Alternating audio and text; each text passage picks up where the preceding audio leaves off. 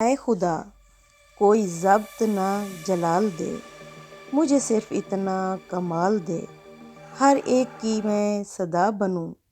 تیری رحمتوں کا نزول ہو، میری محنتوں کا صلہ ملے، مجھے مال و زر کی ہوس نہیں، مجھے بس تو رزق حلال دے، میرے ذہن میں تیری فکر ہو، میری سانسوں میں تیرا ذکر ہو، تیرا خوف میری نجات ہو، سبھی خوف دل سے نکال دے، تیری بارگاہ اے خدا میری روز و شب ہے یہی دعا، تو رحیم ہے، تو کریم ہے، تو ہم پہ رحم فرما، تو ہم پہ کرم فرما، سبھی آفتوں کو تو ٹال دے،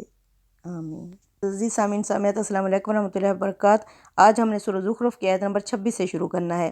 اب پیچھے کیا تھا؟ پیچھے یہ تھا کہ قریش کے لوگ کہتے تھے کہ ہم اپنے باپ دادا کے پیچھے پیچھے چلیں گے، ان کی تقلید کرتے رہیں گے۔ اللہ تعالیٰ فرما رہے ہیں کہ ابراہیم علیہ السلام کی مثال سے وَإِذْ قَالَ إِبْرَاهِيمُ، جب کہا تھا ابراہیم نے لِأَبِيهِ اپنے باپ سے، وقومہ اپنی قوم سے، اِنَّنِی بَرَاءٌ بے شک میں بری و ذمہ ہوں، مما تعبدون ان سے جن کی تم بندگی کرتے ہو، الی الذی سوائے اس ذات کے فطرنی جس نے مجھے پیدا کیا، فإنہ سیہدین ان قریب وہ میری رہنمائی کرے گا۔ اب اللہ تعالیٰ نے یہاں بھی ان کے حضرت ابراہیم علیہ السلام کی مثال دی ہے کہ ابراہیم علیہ السلام نے تو ان سے ترک تعلق کر دیا تھا، اور تم ہو کہ اپنے باپ دادا کے پیچھے پڑے ہوئے ہو، اگرچہ تمہارے باپ دادا کچھ عقل اور سمجھ نہ رکھتے ہوں اور شرک کے اوپر ہوں، پھر بھی تم ان کے پیچھے کرو گے، پیچھے پیچھے چلو گے۔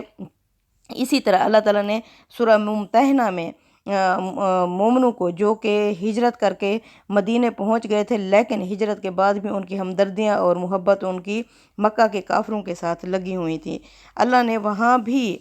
سورہ ممتحنہ میں بھی مومنوں کو مثال دیا ہے حضرت ابراہیم علیہ السلام کے طریقہ کار سے۔ آیت نمبر 3 سورہ ممتحنہ کی فرمایا لن تنفعکم، ہرگز نہیں نفع دے گی تمہیں، ارحامکم نہ تمہاری رشتہ داریاں، والا اولادکم نہ ہی تمہاری اولادیں، یوم القیامہ قیامت کے دن، یفصلو اللہ فیصلہ کرے گا، بینکم تمہارے درمیان، واللہ بما تعملون بصیر جو تم عمل کرتے ہو اللہ دیکھ رہا ہے۔ اللہ نے آگے مثال دی ہے قد یقیناً کانت ہے لکم تمہارے لیے اسوۃ نمونہ حسنۃ بہترین فی ابراہیم ابراہیم علیہ السلام کی ذات میں، والذین معہ اور ان لوگوں کے ساتھ میں اس کے ساتھ تھے، اذ قالوا لقومہم جب انہوں نے کہا تھا، یعنی جو حضرت ابراہیم علیہ السلام کے ساتھ ایمان لائے تھے انہوں نے کیا کہا تھا، لقومہم اپنی قوم سے کہا تھا، انا براء منکم کہ ہم بری و ذمہ ہیں، ہمارا واسطہ اور تعلق ہی نہیں ہے تم سے، ومما تعبدون نہ ہی ان سے جن کی تم بندگی کرتے ہو، من دون اللہ اللہ کے سوا، اللہ کے سوا جن کی تم بندگی کرتے ہو ہمارا ان سے کوئی واسطہ اور تعلق ہی نہیں ہے، کفرنا بکم ہم انکار کرتے ہیں تمہارا، وبعد بیننا و بینکم العداوۃ دشمنی اور دوری ہو گئی ہمارے اور تمہارے درمیان، والبغضاء اور بغض ہو گیا، ابدم ہمیشہ کے لیے، حتیٰ تؤمنوا باللہ جہاں تک کہ تم ایمان لے اللہ پر وحدہ جو ایک ہے، الا قول ابراہیم علیہ ابیہ صرف ابراہیم علیہ السلام نے ایک وعدہ کیا تھا اپنے ابا سے، لاستغفرن لک کہ میں ضرور معافی مانگوں گا تمہارے لیے، وما املک لک من اللہ من شیء لیکن میں اللہ کے آگے کچھ بھی اختیار نہیں رکھتا، یعنی حضرت ابراہیم علیہ السلام نے اپنے باپ کے لیے کہا تھا اپنے باپ سے کہ میں اللہ سے آپ کے شرک کی معافی مانگوں گا لیکن مجھے اختیار نہیں ہے۔ پھر انہوں نے ربنا علیک توکلنا انہوں نے کہا اے ہمارے رب ہم تم پر بھروسہ کرتے ہیں، وَإِلَيْكَ نَبْنَا ہم تیری طرف رجوع کرتے ہیں، وَإِلَيْكَ الْمَصِيرُ تیری طرف ہی لوٹ کر آنا ہے۔ اللہ فرماتے ہیں ان کی ذات میں تمہارے لیے بہترین نمونہ ہے، ان کو فالو کرو۔ حضرت ابراہیم علیہ السلام نے کبھی بھی پلٹ کے پیچھے اپنی قوم کو نہیں دیکھا، اللہ کے لیے ہجرت کی، اللہ کے لیے ایمان لائے تو ان کا یعنی حنیف ہو گئے، یکسو ہو گئے، ایک اللہ کی بندگی کرنے والے ہو گئے، اور تم ہو کہ اپنی ہمدردیاں ان کے ساتھ جتا رہے ہو، تو یہ رشتہ داریاں اور اولادیں تمہیں نفع نہیں پہنچائیں گی۔ اللہ فرماتے ہیں اس میں ہے اسوۃ حسنہ بہترین نمونہ۔ آگے آیت نمبر 28 میں اللہ فرماتے ہیں وَجَعَلَهَا کَلِمَاتٌ بَاقِیَاتٌ اس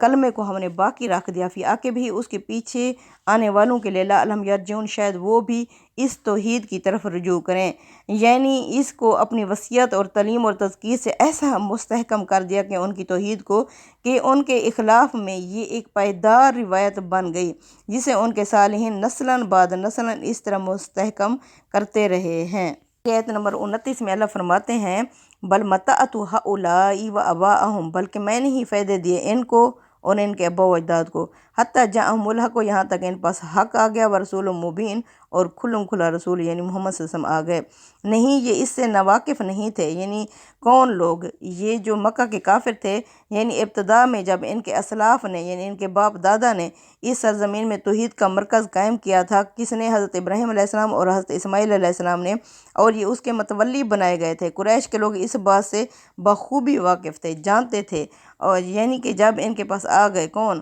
بلکہ ہوا یہ کہ ان کو اور ان کے باپ دادا کو دنیا سے بہرہ مند کیا، پھر لمبی مدت گزری اور ان کے دل ساخت ہو گئے۔ یہ ان کے انکار کی اصل وجہ بتائی ہے کہ خدا نے جو رفاہیت، خوشحالی ایک مدت سے انہیں عطا کر رکھی ہے، اس نے ان کے دلوں میں ایسی سختی پیدا کر دی ہے کہ اب اپنے مذمومات اور مفادات کے خلاف یہ کسی بڑے سے بڑے حق کو بھی قبول کرنے کے لیے تیار نہیں ہو رہے۔ وَلَمَّا جَاءَهُمُ الْحَقُّ، یہاں تک ان کے پاس حق آ گیا، یعنی قرآن حکیم اور محمد صلی اللہ علیہ وسلم، قالوا، تو انہوں نے کہا، ھذا سحر، یہ ایک جادو ہے، وَإِنَّا بِهِ کافرون، اور ہم اس جادو کا انکار کرتے ہیں، یعنی زبان اور بیان کی جادوگری ہے یہ قرآن، اس سے زیادہ کوئی اہمیت اسے دینے کی کوئی ضرورت ہی نہیں ہے، قریش کے لوگوں نے کہا، اور محض اس بنا پر کہ اس کی بلاغت اور جزالت دل و دماغ کو اپنی گرفت میں لے لیتی ہے، اسے آسمانی کلام نہیں سمجھ لینا چاہیے۔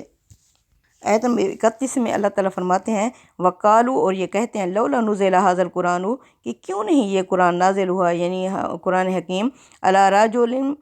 مِّنَ الْقَرْيَتَيْنِ عظیم، یعنی کسی ان دو بستیوں کے کسی بڑے آدمی، یعنی مکہ اور طائف کے کسی بڑے آدمیوں سرداروں کے اوپر یہ قرآن کیوں نہیں نازل ہوا، یعنی نبی کریم صلی اللہ علیہ وسلم کے زمانے میں یہی دو بستیاں عرب کے سادات اور اشراف کا مرکز تھیں، اس لیے یہ کہتے تھے کہ یہ ان دو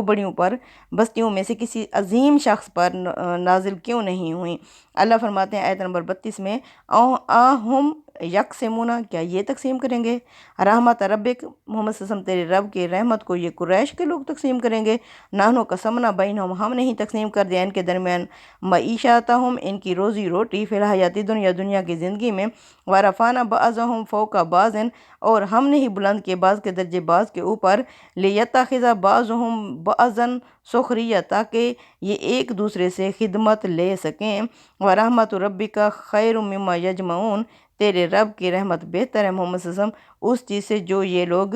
جمع کرتے ہیں۔ اللہ فرماتے ہیں، ان کی معیشت، ان کی روزی روٹی دنیا میں ہم نے ہی تقسیم کی ہے۔ یہ اس رعونت کا، ان کے تکبر کا جواب ہے جو مخاطبین کے اعتراض سے ظاہر ہو رہی ہے۔ فرمایا کہ جب ان کے وسائل و معیشت اور ان کی خواہش کے مطابق تقسیم نہیں کیے گئے، بلکہ خدا ہی نے اپنی ثواب دید اور حکمت کے مطابق جس کو چاہا زیادہ دیا اور جس کو چاہا کم دیا، تو یہ اپنا پیغام پہنچانے کے لیے کسی فرد کا انتخاب کرتے وقت وہ ان کے مشورے کا پابند کیوں ہو جاتا کہ ان دو بستیوں میں سے جو ان کی نظر میں بڑے سردار تھے ان کو نبوت دی جاتی۔ اللہ تعالیٰ نے جب دنیا کا روزی روٹی اپنی مرضی کے مطابق تقسیم کی ہے تو یہ اتنی بڑی نبوت ان کے مشورے سے اللہ تعالیٰ طے کر لیتا۔ اللہ فرماتے ہیں، بلکہ یعنی کہ اللہ ہی نے فضیلت دی بعض کو بعض پر۔ اللہ تعالیٰ نے ذہنی اور مادی دونوں ہی اعتبار سے انسانوں کے درمیان درجات اور مراتب کا فرق کیوں رکھا، یہ اس کی حکمت بیان فرمائی ہے۔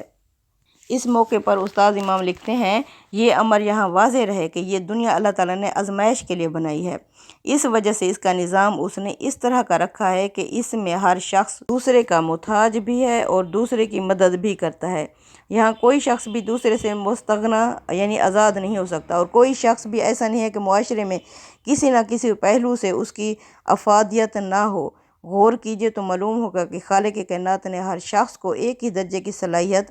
ایک ہی طرح کے ذوق، ایک ہی مرتبے کی ذہانت اور ایک ہی حیثیت کے وسائل اور ذرائع کے ساتھ پیدا نہیں کیا، بلکہ ان اعتبارات سے لوگوں کے درمیان بڑا تفاوت رکھا۔ یہ تفاوت معاشرے کی تشکیل اس طرح کرتا ہے کہ اس میں یعنی ہر ایک، چاہے وہ عالم ہے، چاہے وہ مصنف ہے، یکتا روزگار، محقق، شہر آفاق، مدبر اور طاقتور حکمران بھی پیدا ہوتے ہیں۔ دوسری طرف کھیتوں میں کام کرنے والے، کارخانوں میں کام کرنے والے مزدور اور گٹھلیاں ڈھونڈنے والے حاضر خدمت رہنے والے خادم اور گلیاں اور نالیاں صاف کرنے والے مہتر بھی اس میں پیدا ہوتے ہیں۔ یہ سارے طبقات معاشرے کی تشکیل کے لیے ضروری ہیں بلکہ ناگزیر ہیں۔ ان سب کی خدمت کی نوعیت الگ الگ ہے، مگر ان میں سے کوئی عنصر بھی نہ حقیر ہے اور نہ ہی ان میں سے کسی کو نظر انداز کیا جا سکتا ہے، بلکہ معاشرے کی مشین جاری رکھنے کے لیے اس مشین کے چھوٹے سے چھوٹے پرزے کی دیکھ بھال بھی اس کی افادیت کی نسبت ضروری ہے۔ مگر اس طرح کے سردار جو قریش کے لوگ تھے، اس میں ان ظلماء اور مصلحین کے لیے بھی بڑی تنبیہ یعنی وارننگ ہے، جو بعض اوقات اس خابت میں مبتلا ہو جاتے ہیں کہ وہ دنیا سے طبقات کے وجود کو مٹا دیں گے۔ اللہ تعالیٰ نے واضح کر دیا کہ دنیا کے لیے یہ اس کا بنایا ہوا قانون ہے۔ جو لوگ اس کائنات میں کار فرمائے خدائے قوانین کو بدلنے کی کوشش کرتے ہیں، وہ کبھی کامیاب نہیں ہو سکتے، ان کا انجام صرف تباہی ہی تباہی ہوتا ہے۔ یعنی سارے ایک جیسے نہیں ہو سکتے۔ ایک دوسرے کی ضرورت پوری کرنے کے لیے کسی کو مستری، کسی کو مزدور، کسی کو مالک، اس طرح ہونا لازمی اللہ تعالیٰ نے رکھ دیا ہے۔ اس طرح معاشرہ تشکیل پاتا ہے۔ جو اگلی آیت بہت ہی اہم ہے، اس میں اللہ تعالیٰ فرما رہے ہیں آیت نمبر 33 میں، یعنی کہ زخرف یعنی اس کا مطلب سونا چاندی ہے۔ اللہ فرماتے ہیں کہ اگر یہ اندیشہ نہ ہوتا کہ سارے لوگ کافر بن جائیں گے تو میں کافروں کو اتنا دیتا، کیونکہ انہوں نے صرف اس دنیا میں جینا ہے، تھوڑی سی متاع ہے، تھوڑا سا فائدہ ہے دنیا، اور باقی جو پوری آخرت ہے وہ انہوں نے آگ میں جلنا ہے، اس لیے دنیا میں یہ بھرپور فائدہ اٹھا لیتے۔ لیکن اس طرح کوئی دوسرا مسلمان نہ رہتا، سارے ہی اس دنیا کے پیچھے پاگل ہوئے ہیں نا، اس لیے سب کافر ہی بن جاتے۔ اب دیکھتے ہیں اس قرآن کے ذریعے سے، وَلَوْلَا أَن يَكُونَ النَّاسُ، اور اگر یہ اندیشہ نہ ہوتا، امتم واحدۃ کے سارے لوگ ایک ہی طریقے پر آ جائیں گے، یعنی کافر بن جائیں گے، لا جعلنا، تو ہم ضرور کر دیتے، لی کے لیے، من یکفرو، اس کے لیے جو کفر یعنی انکار کرے گا جان بوجھ کر، دل کی نیت، دل کے ارادے سے، برحمان رحمان کا، لی بیوتہم، ان کے گھروں کی، سوقفم، چھتیں، من فضۃ، چاندی کی بنا دیتے، ومعارج، اور وہ سیڑھی بھی، علیہا یظہرون، جس پر یہ چڑھتے ہیں، یہ بھی ہم چاندی ہی کی کر دیتے، وَلِبَیُوتِہِمْ ابوابًا، اور ان کے گھروں کے دروازے، وَسُرُورًا علیہا یتکئون، اور وہ تخت جس پر یہ تکیہ لگا کے بیٹھتے ہیں، یعنی صوفاز اور دیوان وغیرہ، زخرفا، یہ سب کچھ سونے اور چاندی کی بنا دیتے۔ یعنی اگر سارے لوگ